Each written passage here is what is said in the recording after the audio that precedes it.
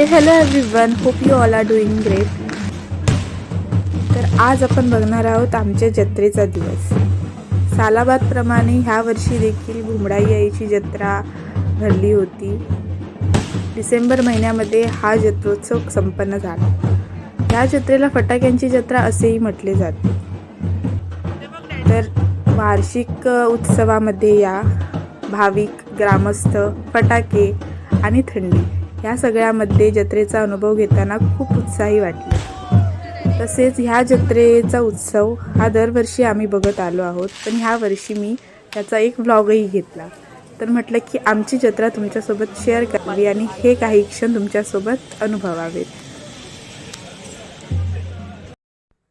तुम्ही पाहू शकता की देवीची मूर्ती किती प्रसन्न वाटत आहे. इथला परिसर, तलावाशेजारी असलेलं हे टुमदार मंदिर हा पूर्णपणे एक प्रसन्न वातावरणामध्ये आहे. ह्या मंदिराबद्दलची माहिती तुम्ही पाहू शकता की पाठी एका व्यवस्थित फलकावर मांडली देखील आहे.